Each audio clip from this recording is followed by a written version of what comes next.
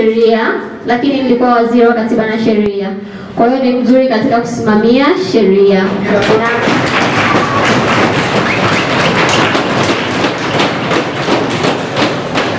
Lakini pia kutengeneza kamati ambazo zitakuwa zikiwalinda wana BSc wote, baedi wote, LLB wote, bafu wote na wengine wote, ili itakapotokea kumekuwa na mgogoro wa aina yoyote, basi nyie mtamsimamisha mwakilishi wenu na kumuulize nini kilitokea.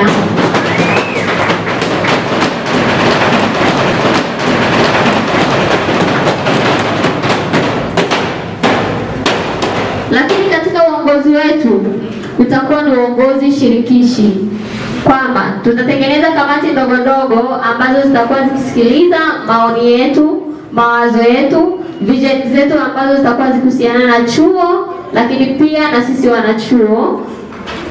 Hivyo basi kamati hizo zitakuwa zikileta mapendekezo na sera na vitu mbalimbali kwangu, na mimi nitawasikiliza na chote ambacho kitakuwa kikiwawezesha nyie katika kunufaisha au kufanikisha swala lenu la cultural exhibition.